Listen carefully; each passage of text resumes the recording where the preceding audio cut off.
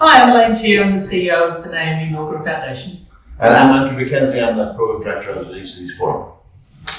Great, Andrew. So we're here to talk about Living Cities Forum. I'll start. What makes Living Cities Forum different from other design events? Well, having gone to a lot of design events over the decades, you tend to get stuck into kind of disciplinary silos. So landscape architects will talk to landscape architects, architects will talk to architects, planners will talk to planners. And the wonderful opportunity we have with this forum is that because it's not explicitly tied to any one institution or profession, it allows us to kind of roam around a little bit and also bring in people from other disciplines that are aligned or adjacent, like economics or social studies or history studies, etc. For you, what are the qualities that make a city a really livable city? Yeah, I mean, I've been thinking about that particularly since I started in this role, but I think it's probably a journey for me of, over years of being more embedded in the cities. And I've had, the good fortune to live in several cities, particularly over the last few years. And every time you land in a new place, you think very clearly and consciously about why you feel comfortable or you don't feel comfortable. And I think, excellence in design, I mean, it's a very, overused term, but designing for humans, designing streetscapes, designing resting places.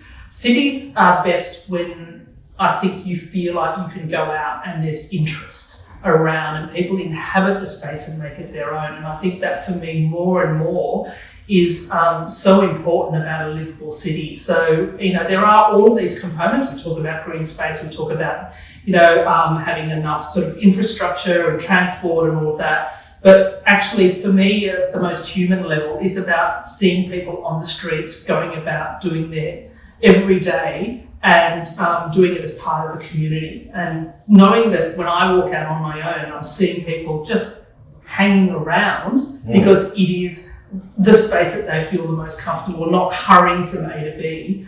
That is what is a livable city for me. And I mean, I'm really interested to see how you landed on the theme, critical mass this year. Well, in a way, what I find interesting about it is it's a phrase that's used in common language to kind of suggest a kind of minimum quantity of something to make something happen. And it goes all the way back to, nuclear physics, where it's the amount of fissile material you need to create a chain reaction.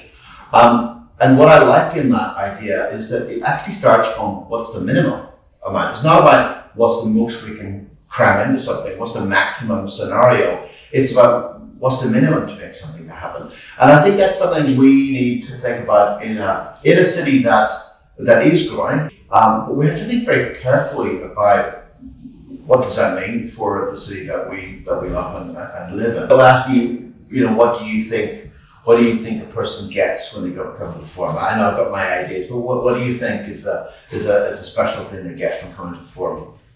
I think it's just, for me, listening to people that I've probably never heard of before. We're also time poor that it's already an investment to come for a one-day forum, but we know that everyone who does come says it's been a great investment of their time because it stretches their way. And if they can take 3 takeaways, I think that for me would be a magical goal. There just needs to be a group of us who keep charting this way forward. And we know that, there is a great optimism for where community and planners and designers can all come together. Yeah. That for me is the inspiration. What would you like to see coming out of this year's Living Cities Forum? There's a lovely term I discovered recently. It's from a Buckminster Fuller, called a trim tab. When you've got a big boat like the Queen Anne he was talking about at the time, the rudders find it very hard to move because the weight of the water there's something about the volume of everything that makes it very hard to move the rudder. You've got this tiny little thing called a trim tab, which is only inches long, but it moves very easily. And as it moves, it creates ripples, it creates disturbance, and that disturbance allows the big rudder to move.